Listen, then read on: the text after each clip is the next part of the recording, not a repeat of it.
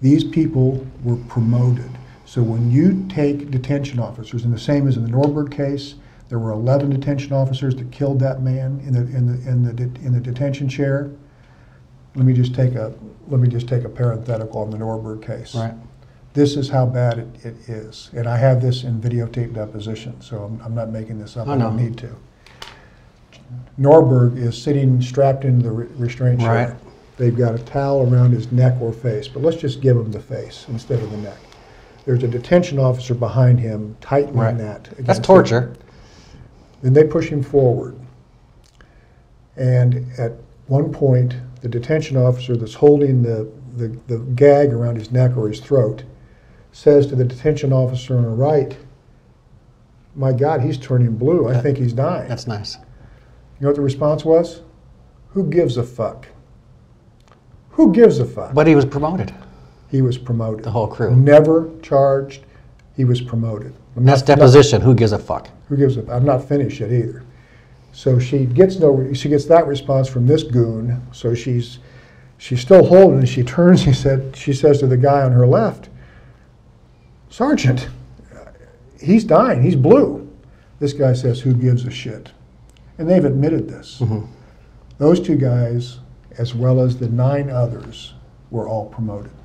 And they still live in this community. They're free to roam. Right. Nobody harasses them. No, and so you start with that newsletter, and you proceed from that, right. And you tell these detention officers, if you participate in brutally killing an innocent human being, not only are you not going to get in trouble, I'm going to promote you. Isn't that something? How else? How can anybody wonder why this culture of cruelty exists in Maricopa County? Reminds you of police states of not so long ago. It is, as I said, Grisham could not sell this novel in New York. No one would believe it. And somebody, whether it's you or someone, must get this out to the rest of the country. We're working on it, Mr. Manning. With your help. I pray you do, because this is unbelievable. If law students and judges around the country knew what happened here, I think there would be an uprising of significant proportions. Well, today's a good day to be filming this. I don't want to date this, but it's the 40th anniversary of Kent State today.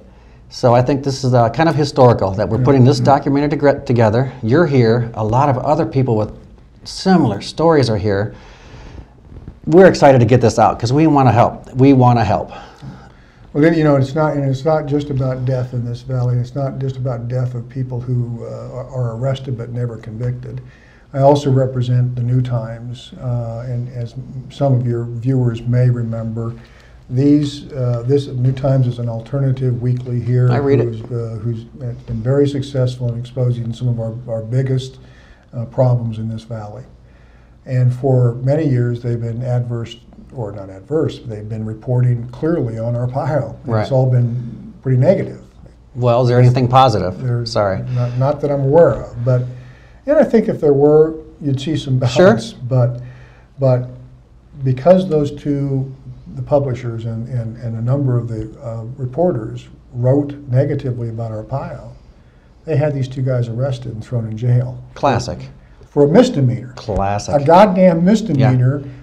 Cars with Mexican plates arrive in the dead of night and take these two guys out of their homes in the dead of night and arrest them for a misdemeanor. Mexican car plates. The plates on one of the two cars, unmarked car. So they couldn't be traced or whatever. They couldn't be traced, and well, I think eventually they could have been. But right. The point is that it was just striking terror in the hearts of this family, where this car, a black sedan with unmarked and ununiformed officers, come up beating on the door, asking for Jim Larkin. Jim Larkin, come out here, Jim Larkin.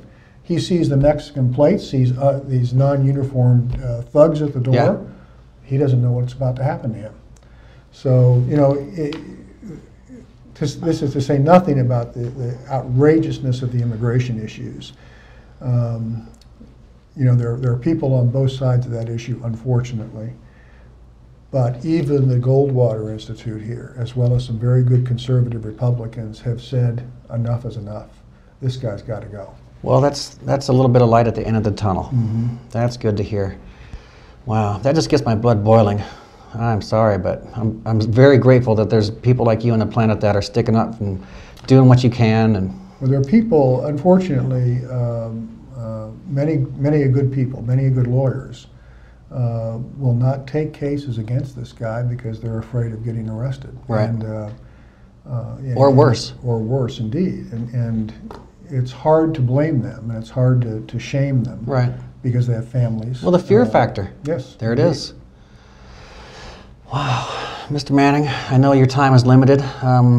Is there any parting bits of knowledge or wisdom or anything that you want to add to this to wrap it up? Well, I guess there is, and that is the people from Maine to Southern California need to understand that this can happen in your communities, and as surreal as it seems, unless people pay attention to what's going on in their communities, right? Monsters who in early stages are just comical caricatures like this Arpaio was. Right. One day, if you're not careful, can turn into somebody who can really demean your community and make it a dangerous place to live. Well, you should be able to see the parallels between this regime and regimes of only 30, 40, 50 years ago in Europe. Very similar. It's in the early days of the National Socialist movement, no one took them seriously. Right. They thought they were just brown buffoons. shirts. And Arpaio is too young or too old, frankly, to turn out to be someone that dangerous. But the threads of the parallels are there. Oh, absolutely, absolutely. Well, I'm going to say this probably, we've got enough of your time and information. We want to get this on film and get it out to the world. So I want to wrap this up and say thanks a lot for coming down today. Good luck to you. Thank you, Mr. Manning. Thank you.